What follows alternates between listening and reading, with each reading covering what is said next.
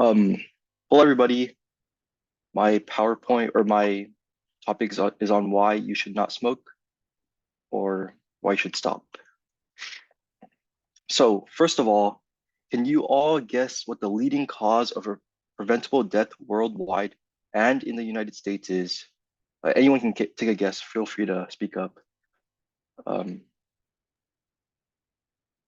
Sergio, anybody? Anyone want to guess? Would it be heart disease, maybe? No. I'll give you a hint. Number two is obesity. Number one is the topic of my PowerPoint, why you should not smoke. Uh, Lung cancer? it's just smoking in general, what smoking does to you. That's the number one cause of death everywhere. No, worldwide, preventable death. Um, as you may have guessed or not guessed, smoking is number one. And now let's quickly go over the circumstances regarding both. I believe that becoming a smoker is more of a choice than becoming obese and less defendable, in my opinion. I will leave out genetic predispositions here as they influence both cases.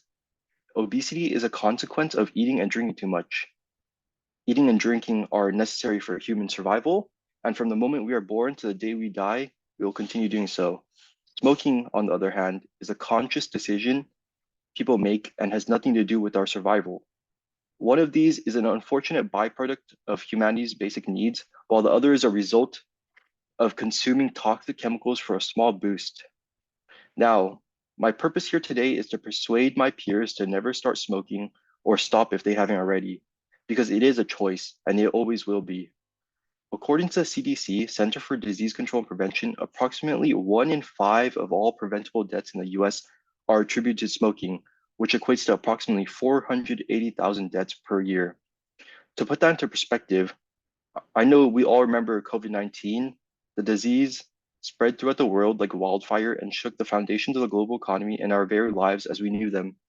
And from 2020 to 2023, approximately 1.1 million people died in the US, which yearly constitutes almost half of the deaths due to smoking every single year. So in the 4 year span COVID occurred, um, every single year averaged out, it's less than half of what smoking is, or nearly half of what smoking is every single year.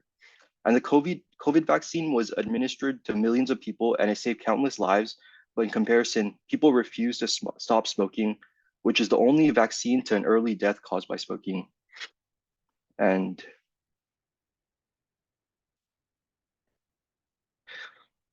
oops. I will now tell you why you should take this figurative vaccine. We'll talk about the negative effects smoking has on the body, the unintended consequences of smoking, and finally, the counter argument that smoking is a good coping mechanism.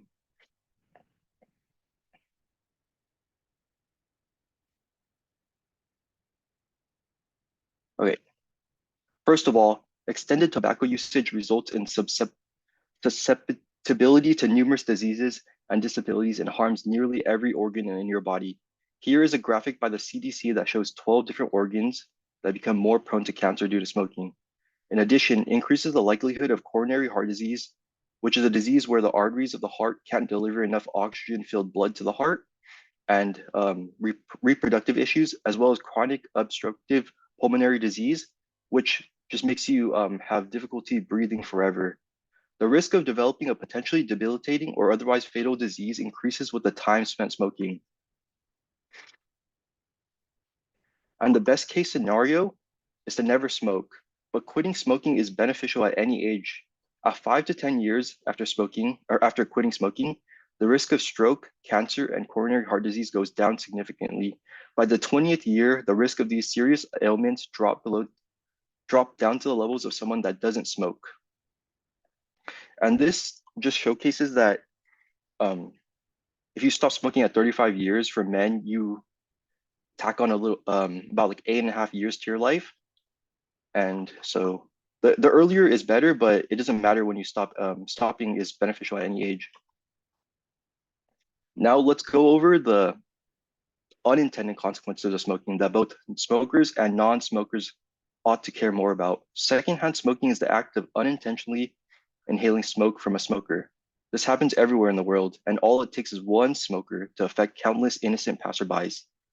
According to the American Lung Association, 7,330 people die of lung cancer yearly, and 33,950 die of heart disease yearly as a result of secondhand smoking.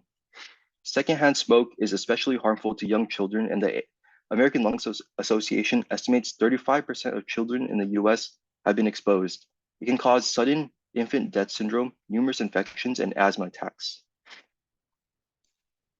Now, oftentimes the sheer waste tobacco creates is overlooked due to its effect on people's health, but is the most littered object in the world. Smoking a cigarette may pollute the air, but throwing a cigarette away pollutes everything else: our cities, oceans, beaches, rivers, sidewalks, and parks.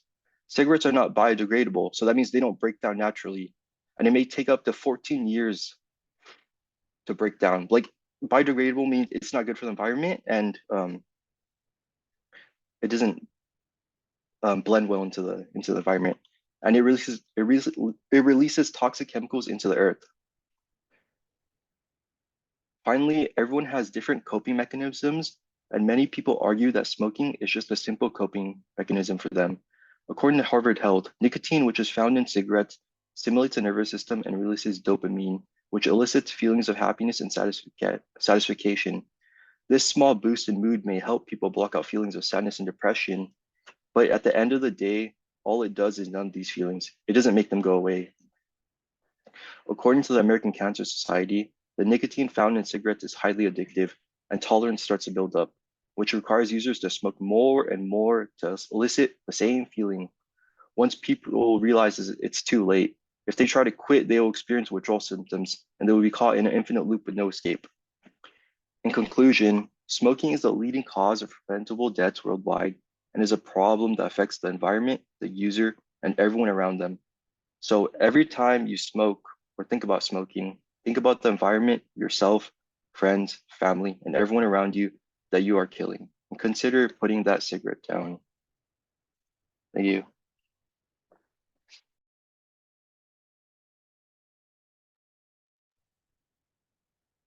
That was a really good speech. Got my attention since the beginning.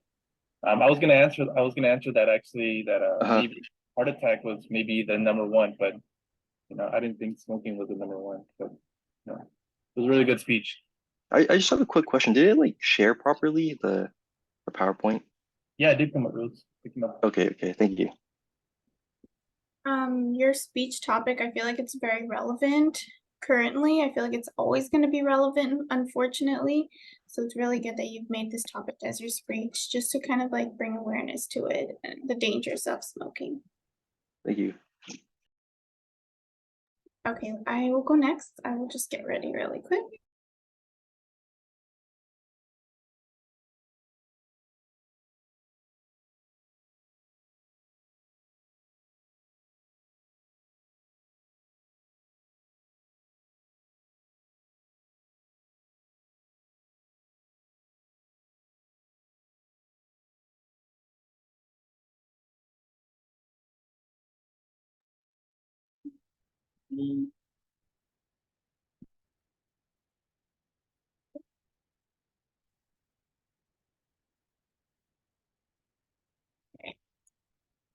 Can you guys see this bar right here?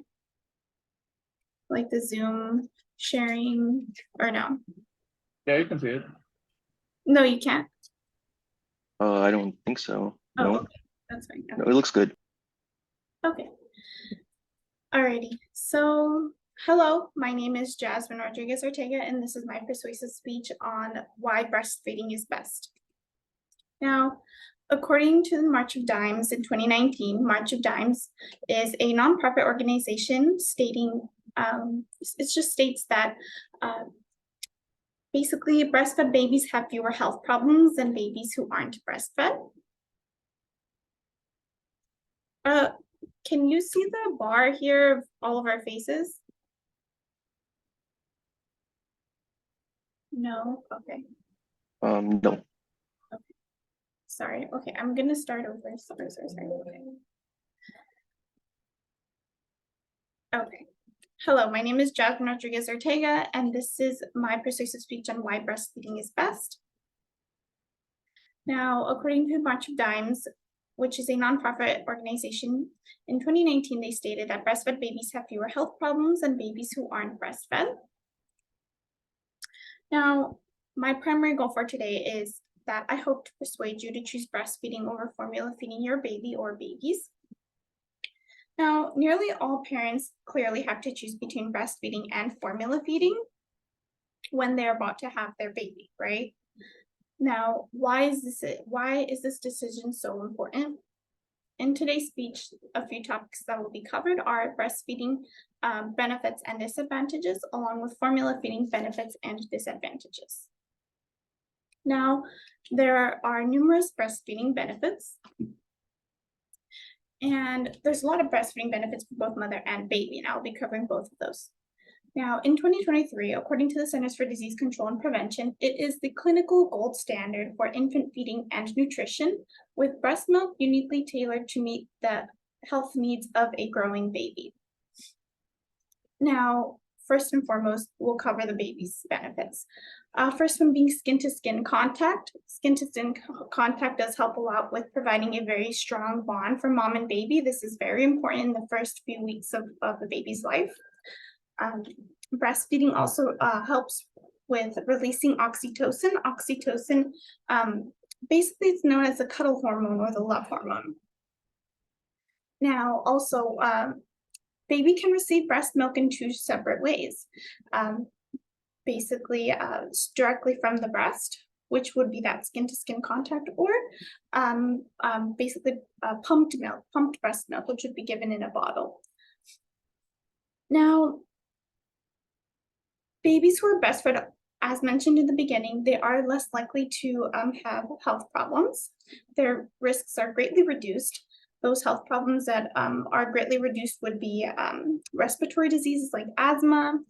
Babies will have less likely to develop obesity or type 1 diabetes. They are less likely to develop infections such as ear infections, urinary infections, and lung infections. Breastfed babies are, their risk for SIDS is greatly reduced. SIDS stands for sudden infant death syndrome, which is basically defined as the unexplained death of an infant. Breast milk and breastfeeding basically helps with the baby's digestion, so it will be easily digested in the baby's body and easily absorbed.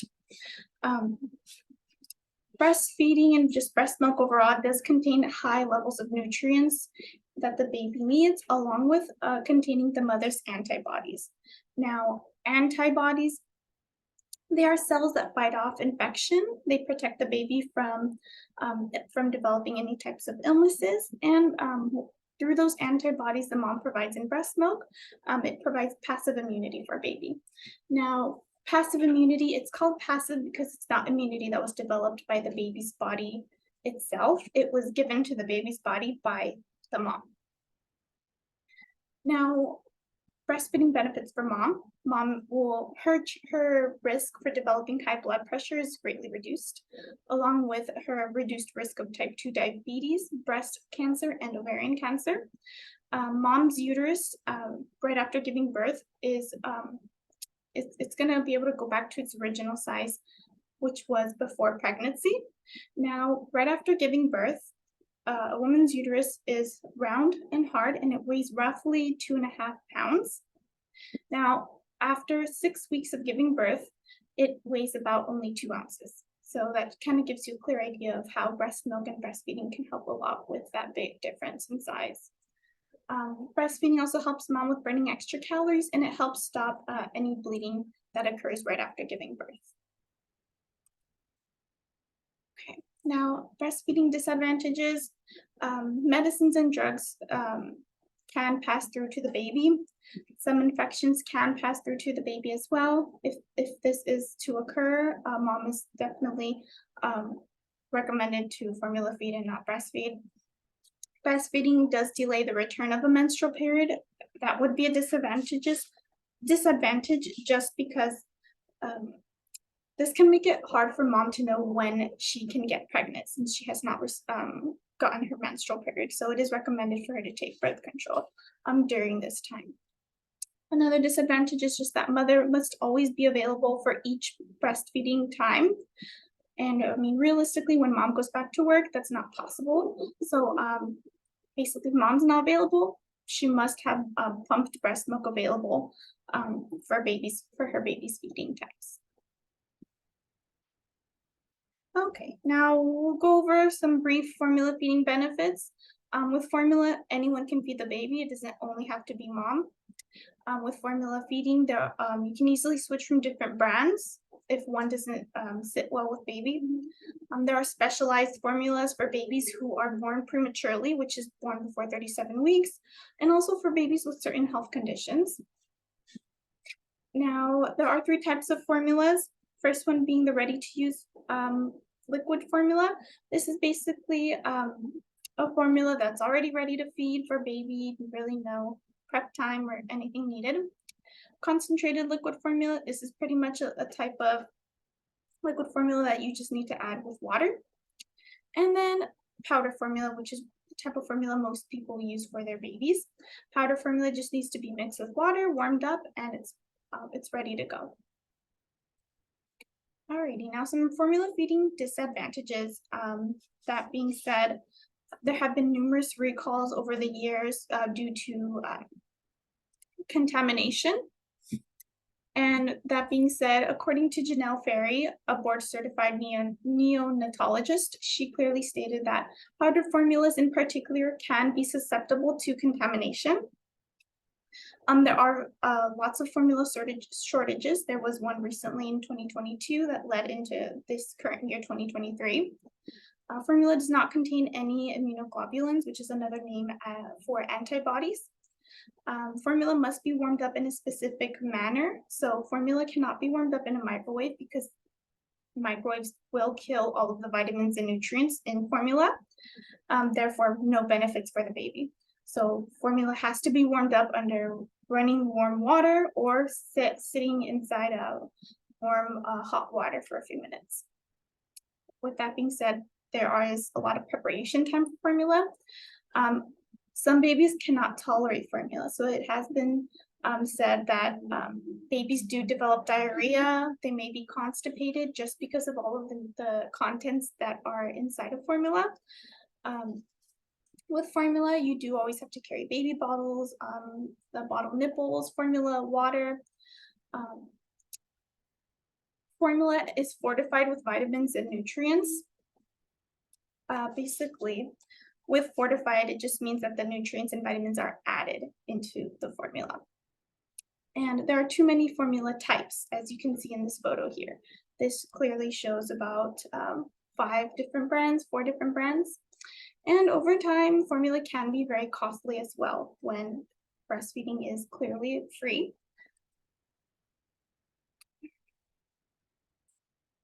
And then one last thing before we move on, actually. In 2022, the American Pregnancy Association states that something important to note is that basically they don't fully know the entire contents of why there are changes in breast milk. However, this means that formula companies can never accurately mimic the contents of breast milk. Those contents being all the nutrients that are in all of those the breast milk that's constantly changing. Formula cannot mimic that. So something to keep in mind. All right. Now, in conclusion, in today's speech, we discussed the benefits and disadvantages of breastfeeding and formula feeding. After discussing the differences between breastfeeding and formula feeding, it is clear that breastfeeding has a ton more long-term and short-term health benefits for both mom and baby.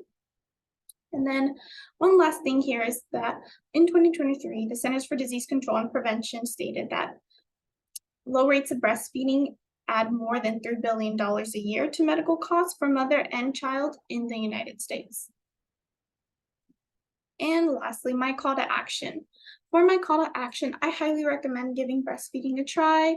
If you or someone you know cannot breastfeed due to health reasons, health conditions, or simply because there's no breast milk production, I highly recommend reaching out to your baby's pediatrician about breastfeeding resources in your area. There are a few resources that are available to everyone. That does include WIC, your nearest hospital, and human milk banking. Now, with WIC, it does stand for California Women, Infants, and Children. It is a food and nutrition program for growing families. They provide breastfeeding support and breastfeeding information. They do help you with giving you access to breastfeeding experts. They provide breast pump rentals. If you cannot afford a breast pump, they help with renting out those breast pumps to you. And reaching out to your nearest hospital. Now, at your nearest hospital, you would want to go to a hospital that does have a mother-baby unit. You can speak with a physician, a nurse. All baby units should have a certified lactation consultant and lactation educators. Lactation meaning that they specialize in breastfeeding and basically latching for mom and baby. And according to the CDC, Centers for Disease Control and Prevention, during an overview of U.S. hospitals conducted in 2013, practices in many U.S. hospitals do not fully support breastfeeding. So that being said, you do want to go again to a mother-baby unit hospital. And lastly, human milk banking. The Human Milk Banking Association of North America is basically a nonprofit organization that has 32 accredited nonprofit human milk banks across the US and Canada. The Human Milk Banking Association of North America is funded through donations of time, money, and breast milk. And the Human Milk Banking Association of North America believes in a world where all infants have access to human milk through the support of breastfeeding and use of pasteurized donor human milk. Thank you.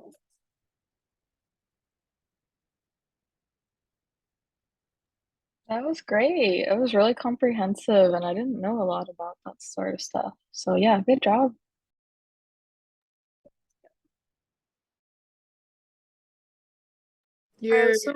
Wait, I'm sorry, go ahead.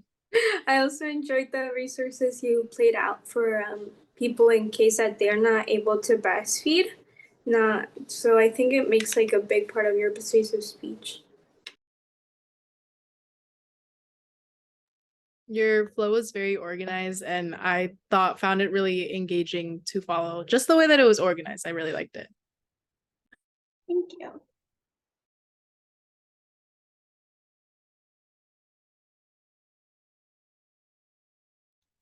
Just one question, or like about the next person.